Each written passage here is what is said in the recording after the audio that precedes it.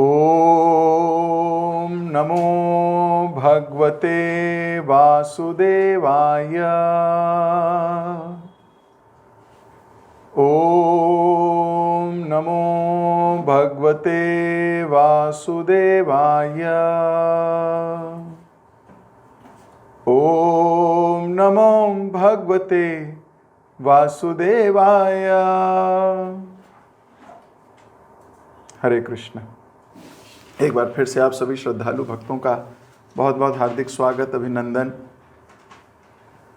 हम लोग मिलकर पढ़ रहे हैं ग्रंथराज श्रीमद् भागवतम। ये कोई साधारण ग्रंथ, साधारण पुस्तक नहीं है। भगवान को जब जल बनने का मन करता है, पानी बनने का, वो गंगा बन जाते हैं। भगवान को जब पत्थर बनने का मन करता है तो गिरिराज बन जाते हैं, गोवर्धन। भगवान को जब पशु बनने का मन करता है तो शूकर बन जाते हैं। जब मछली बनने का मन करता है तो मत्स्य बन जाते हैं, कूर्म भी बन जाते हैं। वैसे ही भगवान कभी ग्रंथ बनते हैं तो वो जो ग्रंथ है वो श्रीमद् भागवतम है। तो श्रीमद् भागवतम में और भगवान में कोई अंतर नहीं है, कोई अंतर नहीं है। प्रथम 2 स्कंदों को भगवान के चरण कहा गया है। उसके बाद भगवान की काव्स अगले 2, ऐसे ही नाभि, वक्षस्थल इत्यादि। तो ग्रंथराज श्रीमद् भागवतम जो है वो वास्तव में भगवान ही है स्वयं, इसमें कोई संदेह नहीं है। जिसको संदेह है वो कभी प्रसन्न हो नहीं सकता। जिसको पूर्ण विश्वास है वो एकदम दृढ़ता से श्रीमद् भागवतम को समर्पित हो जाता है। सदा सेव्या श्रीमद् भागवती कथा। तो कब सेवा करनी चाहिए श्रीमद् भागवत की? सदा सेव्या, सदा सेव्या। नारद जी कहते हैं कभी कभी नहीं पढ़नी चाहिए, सदा सेव्या, रोज सेवा करनी चाहिए श्रीमद् भागवतम की। तो इसी भाव में, इसी मूड में ग्रंथराज श्रीमद् भागवतम की सेवा करने के इस सुअवसर को प्राप्त करके हम सभी लोग बड़े धन्य हैं। श्रील प्रभुपाद जी का भूरी भूरी प्रशंसा करते हुए, गुरुजनों का आशीर्वाद लेते हुए हम ग्रंथराज श्रीमद् भागवतम के 4थे स्कंद पे हैं। अध्याय संख्या 30 है, जहाँ हम पूर्णतः विचाररत हैं। प्रचेताज के समक्ष भगवान प्रकट हो चुके हैं। प्रचेताज को भगवान ज्ञान भी दे चुके हैं। भगवान साक्षात रूप से सामने खड़े हैं और प्रचेताज हाथ जोड़कर भगवान से प्रार्थना कर रहे हैं। और केवल प्रार्थना नहीं कर रहे, बारंबार प्रणाम कर रहे हैं। हर एक श्लोक बोलते हैं, फिर प्रणाम करते हैं, फिर थोड़ा बोलते हैं, फिर प्रणाम करते हैं। बार बार ये प्रोसेस चल रहा है। तो इसी श्रृंखला में हम आज श्लोक पढ़ रहे हैं। 27वां और 28वां मैं आपकी स्क्रीन पर दिखा रहा हूं ताकि हम प्रेम से इसको सुन भी सकें और इसको पढ़ भी सकें। 28वां। हे भगवान, आप समस्त अमंगल के विनाश करता हैं। आप अपने अर्चा विग्रह विस्तार से या विस्तार के द्वारा अपने दीन भक्तों पर दया करने वाले हैं। आप हम सबों को अपना शाश्वत दास समझें। तात्पर्य श्रील प्रभुपाद जी के द्वारा जगत गुरु श्रील प्रभुपाद की जय। अर्च विग्रह नामक भगवान का स्वरूप उनकी अनंत शक्तियों का विस्तार है। जब भगवान भक्त की सेवा से धीरे धीरे संतुष्ट हो जाते हैं तो समय आने पर वे भक्त को अपने शुद्ध दास के रूप में अपना लेते हैं। स्वभाव से भगवान परम दयालु हैं, अतः वे नव दीक्षित भक्तों की सेवा स्वीकार करते हैं, जिसकी पुष्टि भगवत गीता में हुई है। पत्रम पुष्पम फलम तोयम यो में भक्त्या प्रयच्छति तदहम भक्त्युप्रहत तम शमनामि प्रयतात्मनः। तो पत्रम पुष्पम फलम तोयम योमा भक्ता प्रयच्छति। यदि कोई मुझे भक्ति एवं प्रेम पूर्वक एक पत्ता, किसका? तुलसी का, एक फूल, फल या जल अर्पित करता है तो मैं उसे स्वीकार करता हूं। भक्तजन अर्च विग्रह पर खाद्य पदार्थ चढ़ाते हैं, जो शाक, फल, पत्तियां तथा जल के रूप में होते हैं। भक्त वत्सल होने के कारण भगवान इन भेंटों को स्वीकार करते हैं।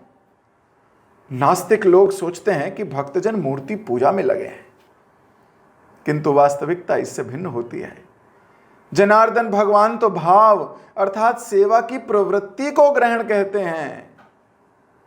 नवदीक्षित भक्त भगवान की ऐसी पूजा का महत्व भले ही ना समझे, किंतु भक्त वत्सल भगवान अपने भक्तों को अपनाकर यथा समय उन्हें अपने धाम ले जाते हैं। इस संबंध में एक ब्राह्मण की कहानी है, जो अपने मन में भगवान को खीर चढ़ाया करता था। उस ब्राह्मण के पास ना तो धन था, ना अर्च विग्रह की पूजा करने का कोई साधन, किंतु उसने अपने मन से इन सब की सुंदर व्यवस्था कर ली थी। अर्च विग्रह को स्नान कराने के लिए, पवित्र नदियों से जल लाने के लिए उसके पास सुनहरे पात्र थे। वह अर्च विग्रह को खीर सहित अत्यंत उत्तम भोजन चढ़ाता था। एक बार जब वह खीर चढ़ा रहा था तो उसे लगा कि वह बहुत अधिक गर्म है, अतः उसने सोचा कि क्यों ना चक्कर देख लूं कि कहीं अधिक गर्म तो नहीं। जब उसने खीर चखने के लिए अपनी उंगली खीर में डाली तो वह जल गई। इससे उसका ध्यान टूट गया। यद्यपि वह मन से प्रसाद चढ़ा रहा था, किंतु फिर भी भगवान ने उसे स्वीकार कर लिया था। फलतः भगवान ने उस ब्राह्मण को अपने धाम लाने के लिए तुरंत एक रथ भेजा। अतः प्रत्येक निष्ठावान भक्त का कर्तव्य है कि वह घर में या मंदिर में अर्च विग्रह को माने और प्रमाणिक शास्त्रों तथा गुरु सम्मत विधि से भगवान के स्वरूप की पूजा करे। ओम अज्ञानतिमिरान्धस्य ज्ञानञ्जनशलाकया चक्षुरोन्मीलितं येन तस्मै श्रीगुरुवे नमः। श्रीचैतन्यमनोभीष्टं स्थापितं येन भूतले स्वयं रूप कदा मह्यं ददाति स्वपदान्तिकं। वन्देऽहं श्रीगुरो श्रीयुतपदकमलं श्रीगुरून् वैष्णवांश्च। श्रीरूपं साग्रजातं सहगण रघुनाथान्वितं तं सजीवं सावधैतं सावधूतं परिजनसहितं कृष्णचैतन्यदेवं श्रीराधाकृष्णपादान् सहगण ललिता श्रीविशाखान्वितांश्च। हे कृष्ण करुणा सिंधु दीनबंधो जगत्पते गोपेश गोपिका कांता राधा कांता नमोस्तुते।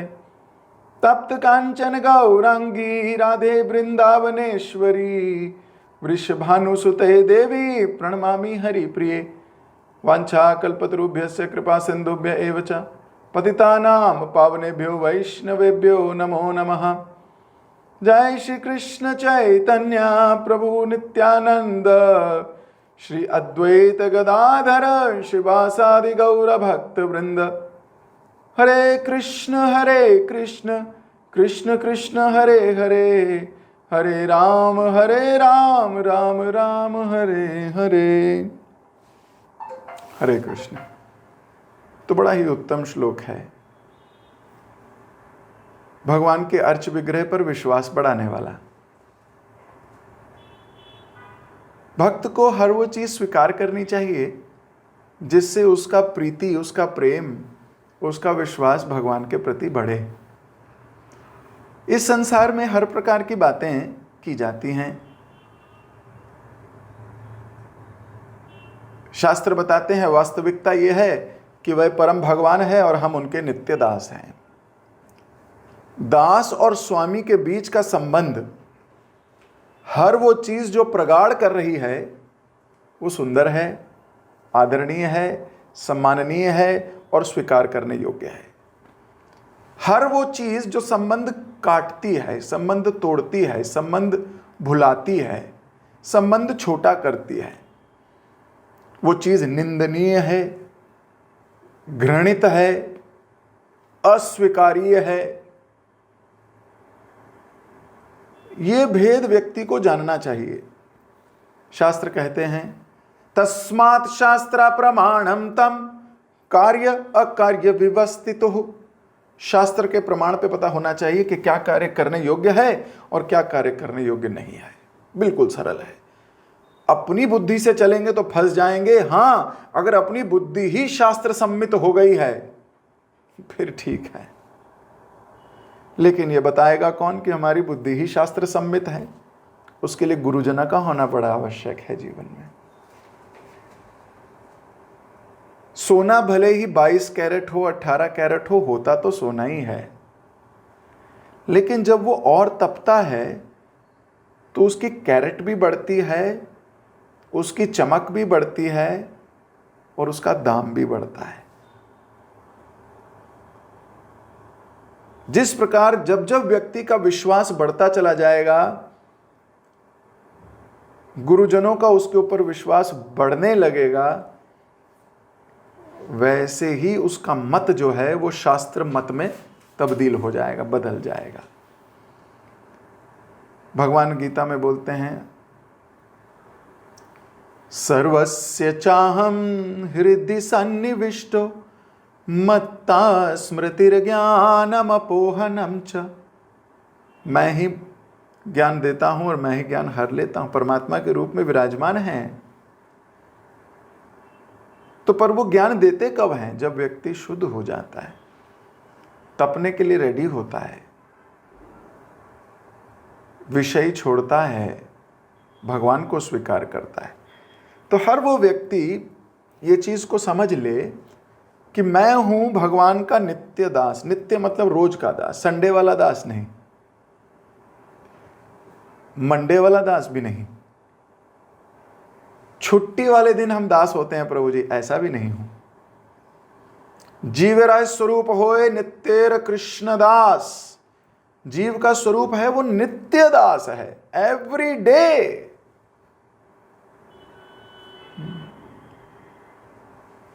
भगवान बोलते हैं तेषाम सतत युक्तानाम भजताम प्रीति पूर्वकम।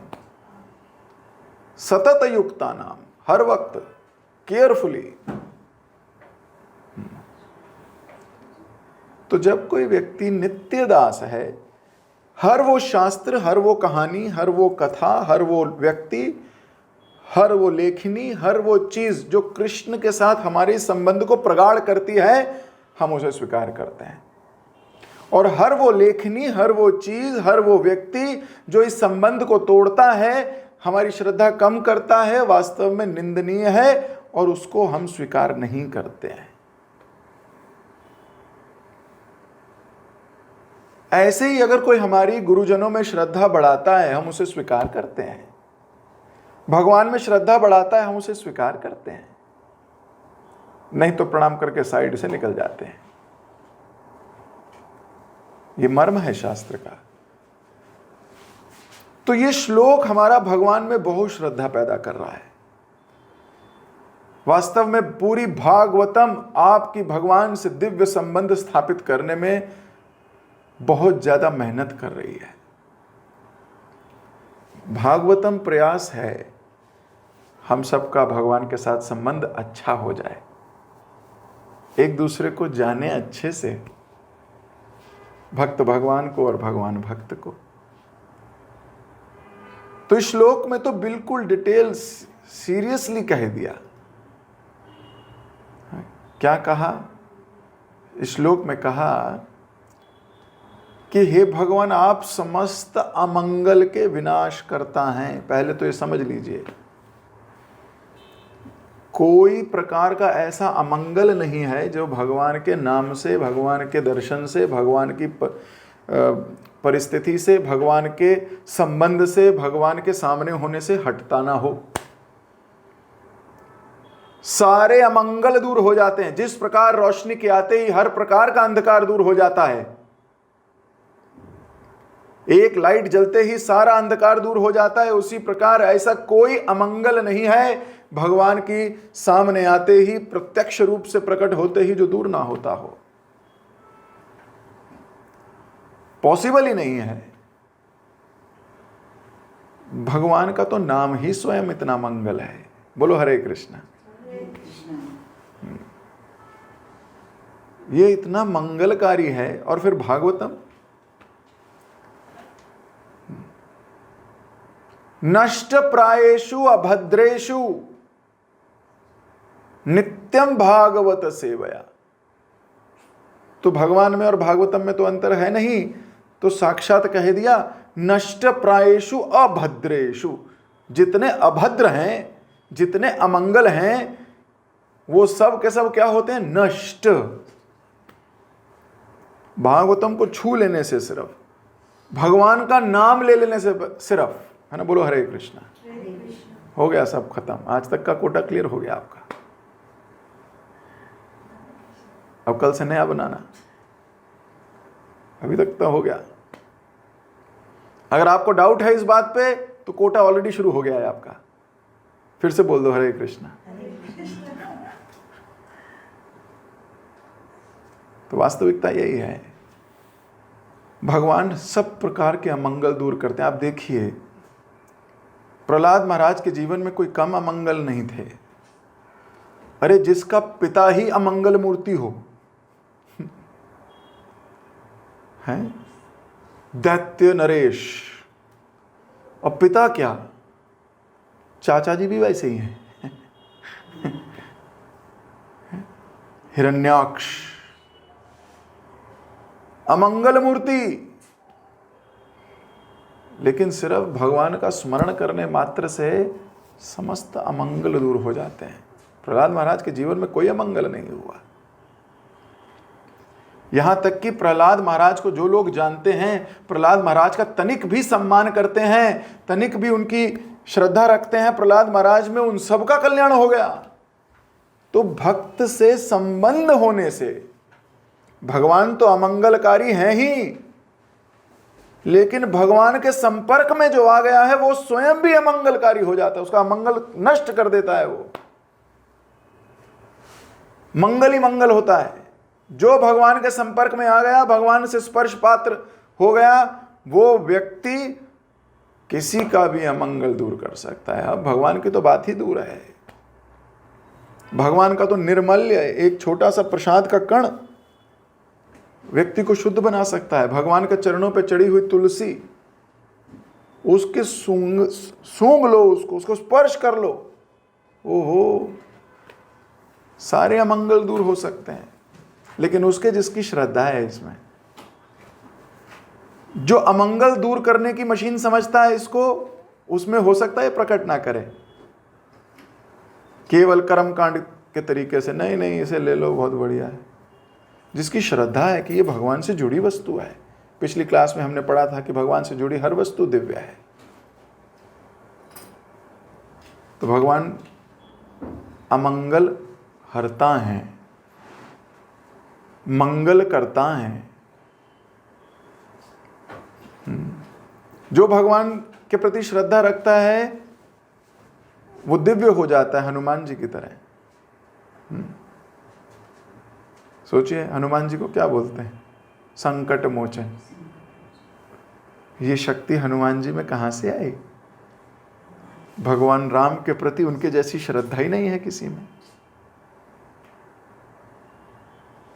हम लोग गणेश जी को स्वीकार करते हैं। गणेश जी, उनको भी हम अमंगल, है ना, कहते हैं ना, कुछ भी शुभ कार्य करने से पहले उनको लोग याद करा करते थे, है? याद है? तो क्यों? वो नरसिंह देव में उनकी श्रद्धा टूट है। गणेश जी नरसिंह देव के चरणों के नाखून को बार बार ताकते रहते हैं, वहीं से एनर्जी लेते हैं। नरसिंह भगवान में उनकी श्रद्धा है, इसलिए उनके अंदर भी विघ्न हटाने की क्षमता है। क्योंकि भगवान स्वयं दिव्य हैं, तो हर वो व्यक्ति जो भगवान से जुड़ता है, भगवान में श्रद्धा रखता है, उसमें भी ये दिव्य गुण आ जाता है। आप भी इनसे अलग नहीं हो। अगर आपकी भी श्रद्धा इतनी हो गई भगवान में, तो आप भी कम अमंगल हरता नहीं हो। शास्त्र बोलते हैं, दर्शने पवित्र करो ए तोमार गुण।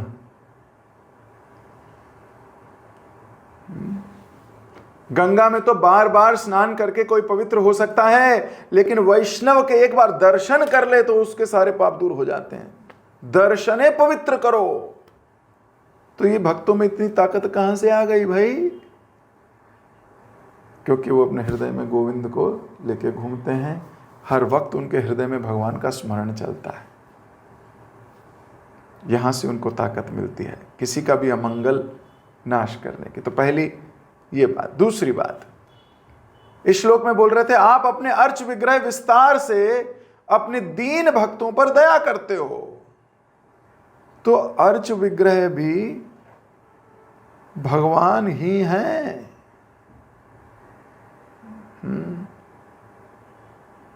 अर्च विग्रह भगवान ही हैं। कई बार लोग बोलते हैं तो मूर्ति है। भगवान बोलते हैं यू आर राइट, क्योंकि तू मानता है मुझे मूर्ति है, तो मैं पक्की परफेक्ट मूर्ति बन के दिखाता हूं तेरे को। तो जिसकी जैसी भावना है। हम पढ़ते हैं सनातन गोस्वामी की कथा में, हम पढ़ते हैं गोपाल भट्ट गोस्वामी की कथा में। सनातन गोस्वामी मदन मोहन जी की सेवा करते थे। तो सेवा करते थे, कैसी सेवा करते थे भाई? आटे के लड्डू बनाते थे। अब आटे के ऐसे ही, ना उसमें नमक है, ना मिर्च है, ना उसमें चीनी है, ना कुछ है, बस आटा जो मिल जाता था उसी को यमुना के जल में लड्डू बनाते थे, वही उन भोग कर लगाते, वही खा जाते थे कच्चा। तो एक दिन मदन मोहन ने कहा, अरे भाई कुछ और भी खिला दिया कर, थोड़ा नमक दे दे मेरे को। सोचो, विग्रह बोल रहे हैं आपसे, तो मदन मोहन जी बोल रहे हैं सनातन गोस्वामी से, थोड़ा नमक लाओगे क्या? तो ये क्या बोल रहे हैं? बोल रहे हैं, अरे भाई आपकी सेवा करते करते थक जाता हूं, अगर नमक की चाहिए तो खुद ही इंतजाम कर लो। अब ठाकुर जी कह रहे हैं मैं ही इंतजाम करूं ये भी? बोले और क्या, चौबे जी के परिवार में खूब रसमलाई खा रहे थे, वहां तो खूब मजे करते थे, खुद ही आए ना मेरे यहां, तो भाई ये इंतजाम तो खुद करना होगा। मेरे पास तो गुरु द्वारा दी गई बहुत सेवाएं हैं। मेरे गुरुदेव ने मुझे शास्त्र लिखने को कहा है, मेरे गुरुदेव ने लोगों से मिलने को कहा है, प्रचार करने को कहा है, मेरे गुरुदेव ने ये भी कहा है, मेरे गुरुदेव ने ये भी कहा है, आपकी बस इतनी ही सेवा कर सकता हूं, गुरु की इतनी ही आज्ञा है। ठाकुर जी कह रहे, अरे नमक ही तो मांगा है। बोले आज नमक मांगा है, कल तुम रसमलाई मांगोगे, खीर मांगोगे, तो क्या गुरु की आज्ञा छोड़ दूंगा? ठाकुर जी ने बोला इतनी बात मत कर, मैं खुद ही कर लूंगा। उसी दिन शाम को कपूर साहब का जहाज रोक दिया पानी में ही। वो जहाज रुक गया, वो कपूर जी नीचे आए, अनुनय विनय किया सनातन गोस्वामी से कि जहाज बचा लीजिए किसी तरीके से, आप बड़े महात्मा हैं, संत हैं, कृपा कीजिए। उन्होंने बोला अरे ठीक तो है, जैसे बोला ठीक तो है, वो तो जहाज चलने लगा। आगरा में सामान बेच के आए, वापिस आए तो क्या नहीं कर दिया, पूरा मंदिर बनाने के लिए जगह दे दी, नमक भी दे दिया, ये भी दे दिया, फिर तो 56 भोग लगे रोज भगवान को। भगवान ने बोला लो मैंने कर ली। तो भगवान सनातन गोस्वामी के संकट मोचन नहीं, अपने भी संकट मोचन है।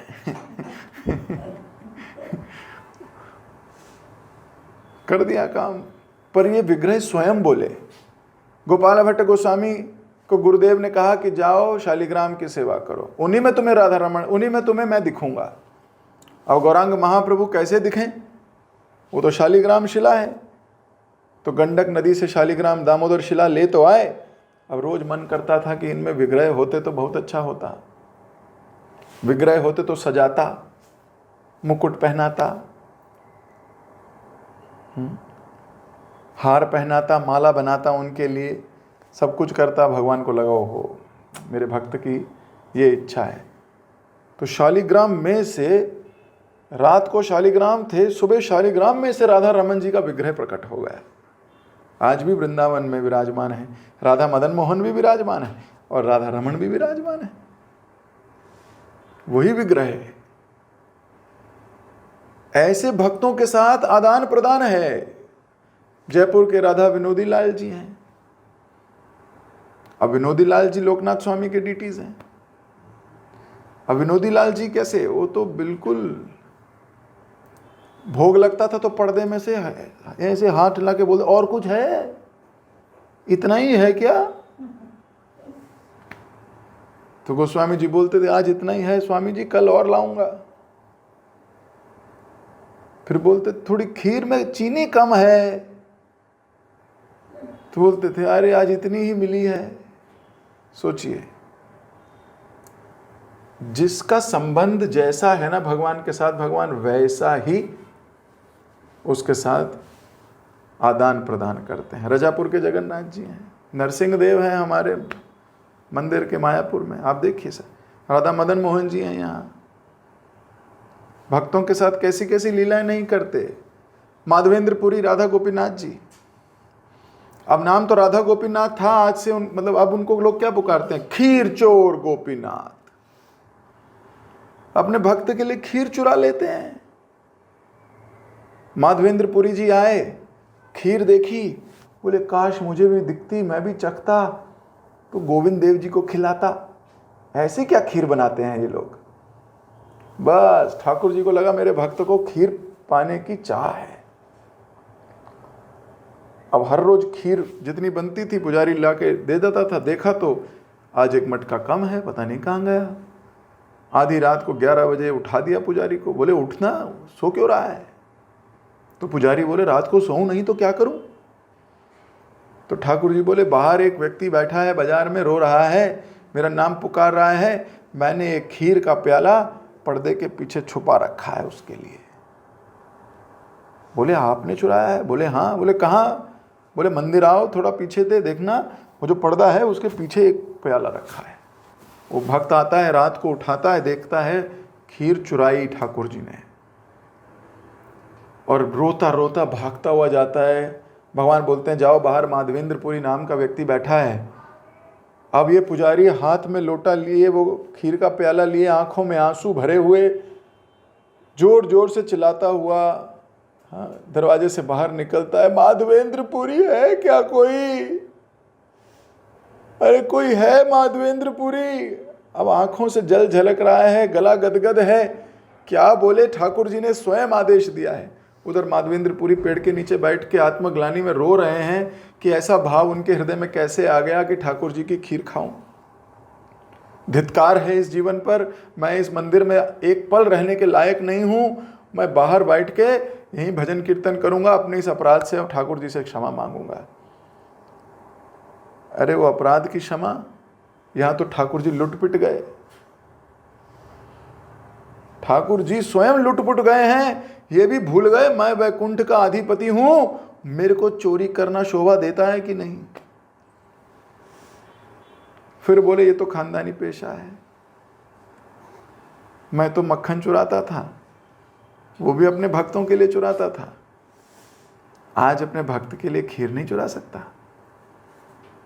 अपने ही घर चोरी करते हैं अपने भक्त को प्रसन्न करने के लिए, और उनके हाथ में जाके वो खीर दे देता है। मैं ही हूँ माधवेंद्रपुरी। बोलते हैं अरे आप धन्य हैं, चरण छूता है, उनकी धूली लेते हैं, सर पे लगाता है बार बार वो पुजारी। माधवेंद्रपुरी को पूरी घटना बनाते हैं कि ठाकुर जी ने खीर चुराई आपके लिए, इस लोट ये रहा, अब वो माटी का बर्तन है जिसमें खीर है, ये थोड़ा थोड़ा खाते हैं, और वो मिट्टी जिस हंडिया में वो खीर थी उस हंडिया को तोड़ते हैं, उसका पीस चूरा करते हैं, अपने पास बांध लेते हैं, हर रोज उसमें से थोड़ी सा चूरा खाते हैं। बोले ठाकुर जी ने मेरे लिए ये भेजा है, तो ऐसा नहीं मैं केवल खीर खा लूं और मटका फेंक दूं, मेरे लिए मटका भी दिव्य है। और वो मटके को भी थोड़ी थोड़ी मिट्टी रोज खाता है। और ठाकुर जी कहते हैं मेरा नाम बदल दो, आज से मैं राधा गोपीनाथ नहीं खीर चोर गोपीनाथ हूं। तो सोचिए क्या आदान प्रदान है भक्तों के साथ। तो ये जो अर्च विग्रह हैं भक्तों के घर में, ये कोई साधारण विग्रह नहीं है, प्रोवाइडेड आप उन्हें साधारण ना माने। ये कोई गुड्डा गुड्डी नहीं है जिनको सजा दिया है घर में, डॉल नहीं है, ये भगवान है स्वयं। ये सुनते हैं, और केवल सुनते ही नहीं है, आपके भाव भी जानते हैं कि हृदय में क्या चल रहा है। दिखावा कर रहा है या सच्ची में स्नेह करता है, सच्ची में प्यार है इसको। जब हम अर्च विग्रह के सामने भोग लेके जाते हैं तो हृदय में उनको खिलाने की इच्छा है या ये इच्छा है फटाफट खाओ, अभी मेरे बच्चों को भी खाना है, अभी मुझे टिफिन पैक करना है, प्रभु जी को जाना है ऑफिस, फटाफट खाओ।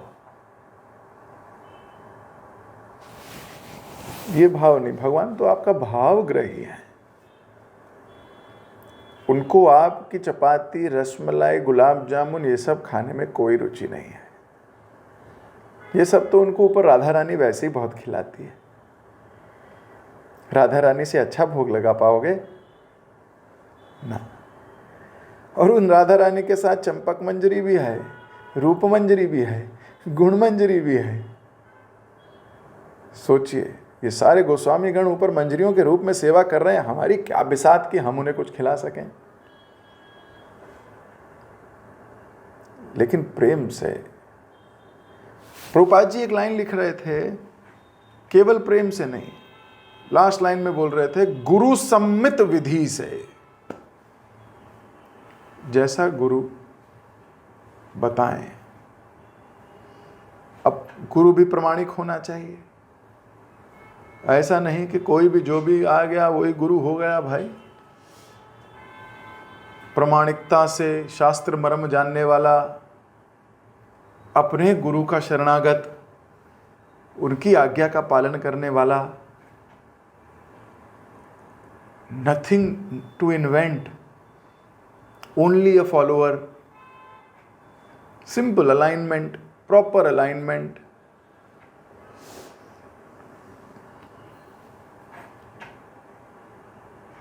सो जब उनकी आज्ञा द्वारा कोई डीटीज की, अर्च विग्रह की सेवा करता है तो वह धन्य हो जाता है।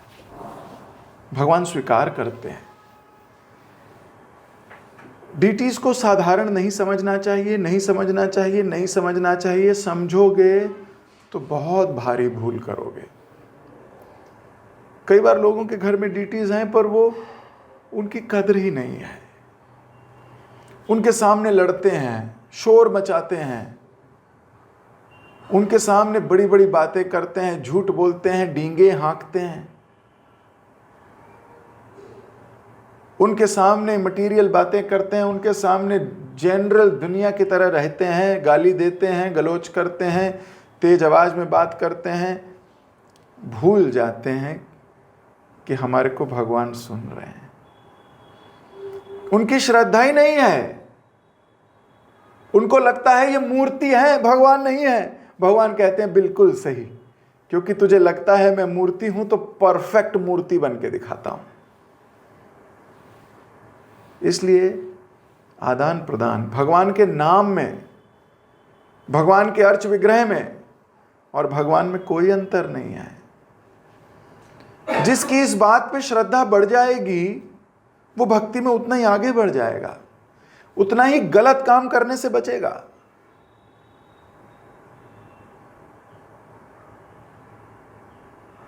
प्रॉब्लम है कि हम इसको कैजुअल ले जाते हैं। हमें जगन्नाथ जी में जगन्नाथ दिखते ही नहीं है। हमें विश्वास नहीं है यही जगत के नाथ हैं। जगत के नाथ मेरे घर, इस बात का कोई हृदय में प्रसन्नता ही नहीं है।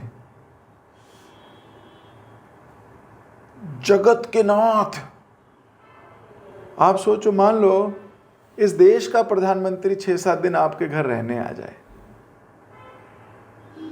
मान लीजिए इस देश का प्रधानमंत्री 3-4 दिन के लिए आपके घर रहने आ जाए, क्या करोगे? बनाने लगे प्लान। सबसे पहले आज ही व्हाट्सएप पे डालोगे prime minister will come on this date, एक पोस्टर बनाओगे, फेसबुक पे डाल दोगे, इंस्टाग्राम पे शाउट आउट करोगे, सारे दोस्तों को फ़ोन करके बताओगे, सारे संबंधियों को इतराओगे, प्रधानमंत्री आ रहे हैं मेरे घर। और जब वो आ जाएगा, आप में से कितने लोग अपने ऑफिस की छुट्टी लोगे? लोगे छुट्टी? या नहीं कहोगे आ जाना आप, मैं ऑफिस जा रहा हूं, थोड़ा काम है, निपटा के शाम को मिलूंगा? बताओ, है ना? सभी लोग छुट्टी ले लेंगे उस दिन, मुझे लगता है। प्रधानमंत्री आ रहे हैं, हो सकता है बॉस भी छुट्टी दे दे।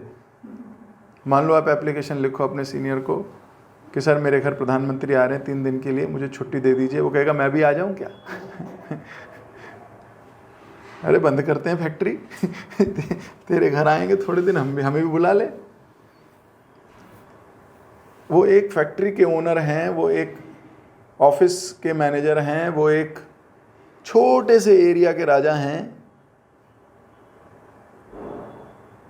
आप सोचो, वो प्रभावित हो जाएंगे कि देश का प्रधानमंत्री आया, एक देश का। कितने देश हैं पूरे वर्ल्ड में? 200 से अधिक देश हैं। और जगन्नाथ जगन्नाथ हैं, सारे ब्रह्मांडों के मालिक, पूर्ण पुरुषोत्तम भगवान स्वयं हमारे घर में हैं। पर क्या हमारे हृदय में इतनी भावना जागती है? नहीं। वो तो जन्माष्टमी की छुट्टी संसार दे देता है, नहीं तो उस दिन भी कई लोग निकल लें ऑफिस।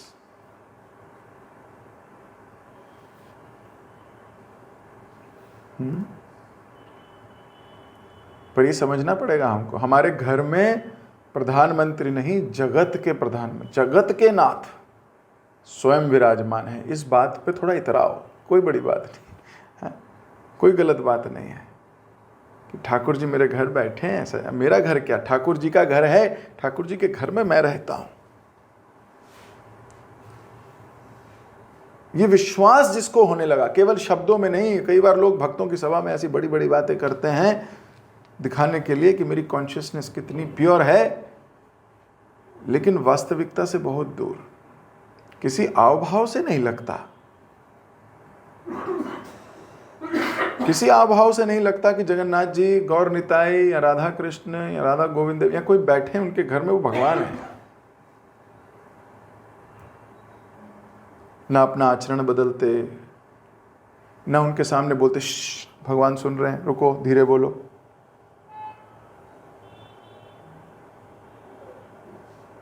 क्यों पैर इधर करके बैठे, उधर भगवान है, पैर मत करो, सही से बैठो। तो लोगों को बुरा लग जाता है, बोलते हैं अरे पैर इधर करो उधर करो, क्या ड्रामेबाजी है। ड्रामेबाजी नहीं है, वो भक्त जानता है कि सामने भगवान है, वो तुम्हें पाप कार्य से बचा रहा है। तुम ही इतने कैजुअल हो कि इस बात को कैजुअली ले रहे हो कि भगवान बैठे हैं। पर ये श्लोक हमें अर्च विग्रह के प्रति अपना प्रेम बढ़ाने को प्रेरणा दे रहा है। भगवान अपने दीन भक्तों पर दया करने वाले हैं। अर्च विग्रह के रूप में क्यों आते हैं भगवान? भगवान अर्च विग्रह के रूप में आते हैं ताकि उनके प्रेमी भक्त कुछ सेवा कर सकें, उन्हें सजा सकें, उन्हें खिला सकें, उनसे बात कर सकें, उनके उत्सव बनाएं, झूलन यात्राएं करें, बोट फेस्टिवल्स हों, जन्माष्टमी हो, गौर पूर्णिमा हो, नरसिंह चतुर्दशी हो, सारे फेस्टिवल्स में 56 भोग लगाएं, उनके लिए प्रसाद बने, उनको अर्पित किया जाए, कीर्तन करें उनके सामने बैठ के। भक्त नाना प्रकार के उत्सव मनाएं और सेवा का लाभ लें। इसलिए भगवान अपने भक्तों पर कृपा करने के लिए विग्रह के रूप में प्रकट हो जाते हैं। बोलते हैं पहले प्रैक्टिस कर लो, अगर आपकी प्रैक्टिस ठीक रही तो आपको शुद्ध करूंगा और फिर वीज़ा सैंक्शन करूंगा गोलोक का। घबराओ नहीं, टिकट भी दूंगा और तुम्हें ले जाने के लिए भी विष्णु दूतों को भेजूंगा, सारी सुविधाएं प्रदान करूंगा।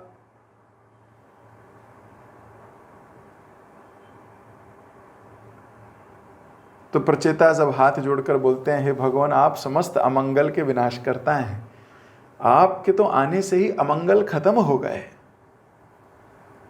और आप अपने अर्च विग्रह के विस्तार से अपने दीन भक्तों पर दया करते हो और आप हम सबको अपना शाश्वत दास समझें। देखो, हम भगवान को मालिक समझें, ये कोई बड़ी बात नहीं है। हम बोले भगवान आप हमारे मालिक हैं, तो ये तो सत्य है ही, भगवान हमारे मालिक हैं ही। भगवान आप हमारे मालिक, हम आपके दास हैं, हम आपके दास हैं, हम आपके दास हैं, हम बोलें तो चलो फिर भी ठीक बात है, लेकिन भगवान हमें बोल दें, अगर भगवान स्वयं हमें बोल दें कि हाँ तुम मेरे दास हो, तो समझ लो जीवन सफल हो गया। अगर गुरु ही बोल देना ये बात तो भी बहुत बड़ी बात है। अगर किसी दिन गुरु भी बोल दें, हाँ यू आर माई सर्वेंट, समझ लेना जिंदगी सफल हो गई। क्योंकि अगर वो बोल देगा तो तुम बिदक जाओगे। तुम I my servant, excuse me. We don't want to be servants. यही हमारी मटीरियल कंडीशनिंग है। यही कंडीशनिंग है। पर जब भक्त सोचने लगता है ना ये बात, आमी तो कंगाल कृष्ण कृष्णा बोली, धाई तब पाछे पाछे, ओहो वैष्णव ठाकुर दयाल सागर, ए दासे करुणा कौरी। तो भक्त बोलता है इस दास पर करुणा करो, इस दास पर, यानी मैं सेवक हूं आपका, हे वैष्णव ठाकुर दया करो, मैं कंगाल हूं। आमी तो कंगाल, बिल्कुल कंगाल हूं मैं। कृष्ण कृष्ण बोल रहा हूं, आपके पीछे पीछे भाग रहा हूं, धाई तब पाछे पाछे। पीछे पीछे क्यों भाग रहा हूं? आपकी स्पीड बहुत तेज है।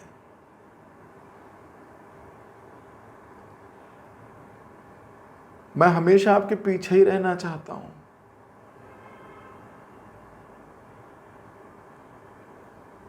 आपके पीछे पीछे रहूंगा। पीछे रहने का अर्थ जानते हो ना? हमेशा आपका दास रहूंगा, आपके पीछे, आपको आगे निकलने का प्रयास नहीं करूंगा। ये मूवमेंट में ये दास शब्द सबसे महत्वपूर्ण शब्द है। इस संसार में लोग पीछे नहीं रहना चाहते। वो बोलते हैं कि हमें आगे बढ़ना, हमें आगे बढ़ने से रोका जा रहा है। तुम गलत मूवमेंट में आ गए हो, कहीं और बढ़ो। यहां तो पीछे पीछे रहने वाला। गौरांग महाप्रभु सबसे पहले किसको देखते हैं? जो सबसे पीछे अपने को मानता है, जो सबसे आगे बढ़ चढ़ के खड़ा मैं हूं, उन पे तो नजर ही नहीं जाती महाप्रभु की। क्यों? पतित पावन हेतु तब अवतार,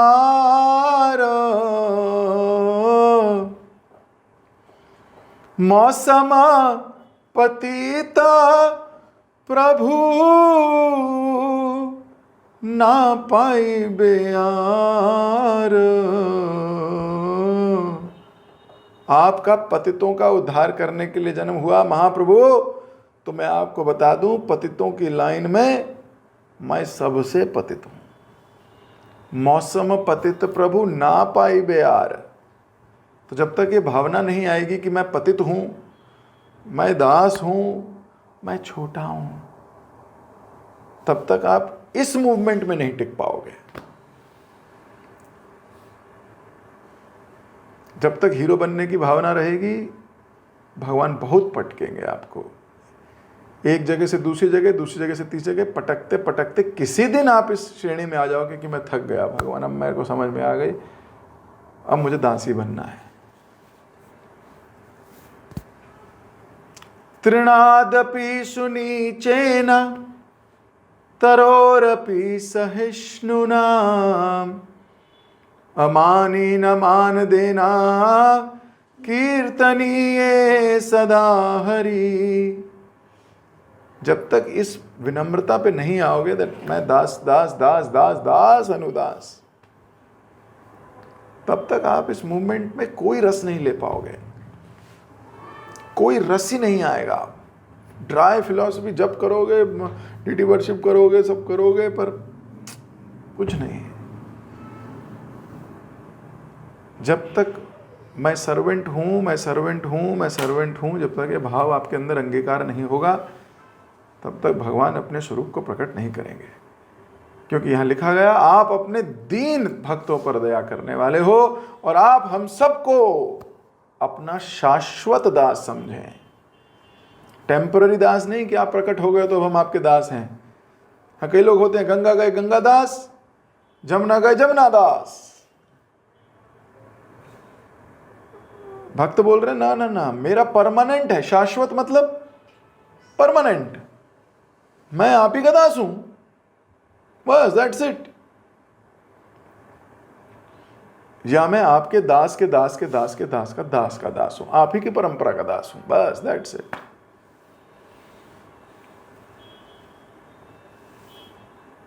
तो ये श्लोक हमें बहुत बल देने वाला है। भगवान अर्च विग्रह के रूप में प्रकट करते हैं ताकि हमसे सेवा ले सकें। सेवा लेंगे तो हमारा कल्याण होगा। हम बहुत भाग्यशाली हैं जो भगवान की ऐसे सेवा कर पा रहे हैं। तो इन्हीं बातों के साथ अपनी वाणी को भी विराम दे रहा हूं। जगत गुरु श्रील प्रभुपाद के जय, ग्रंथ राज श्रीमद् भागवतम की जय, आप सभी उत्साही प्रेमी भक्तों की जय। हरे कृष्ण।